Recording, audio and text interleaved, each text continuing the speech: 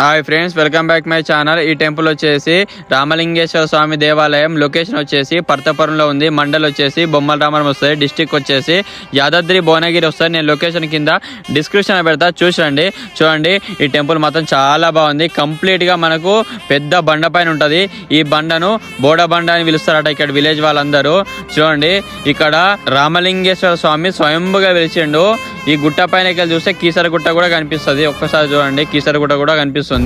ఇక్కడ మనము రామలింగేశ్వర స్వామిని దర్శనం చేసుకునే ముందు మనకు నందీశ్వర దర్శనమిస్తారు. చూడండి, ఒకసారి నంది చూడండి, నంది ఎంత బాగుందో. నందీశ్వరం దర్శనం చేసుకున్న తర్వాత మనకు రామలింగేశ్వర స్వామి లింగ రూపంలో దర్శనమిస్తాడు. ఒక్కసారి చూడండి, లింగము ఎంత బాగుందో. ఇక్కడ చాలా మహిమ గల రామలింగేశ్వర స్వామి అట. చాలా మంది పబ్లిక్ వస్తారట, ప్రతి సోమవారం వచ్చి దర్శనం చేసుకొని వెళ్తారట. చూడండి ఎంత బాగున్నదో లింగము. చూసారు కదా, గుడి కూడా చాలా బాగా కట్టారు. ఇక్కడ కంప్లీట్ గా మనకు బండ పైన ఉంటది.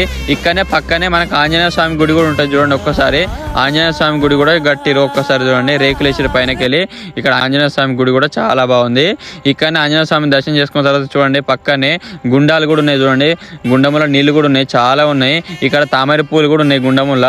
చూడండి, ఈ నీళ్లు 365 days ఉంటాయట, ఎప్పుడు తగ్గాయట ఈ నీళ్లు. చూడండి, తామర పూలు కూడా ఎంత బాగున్నాయో.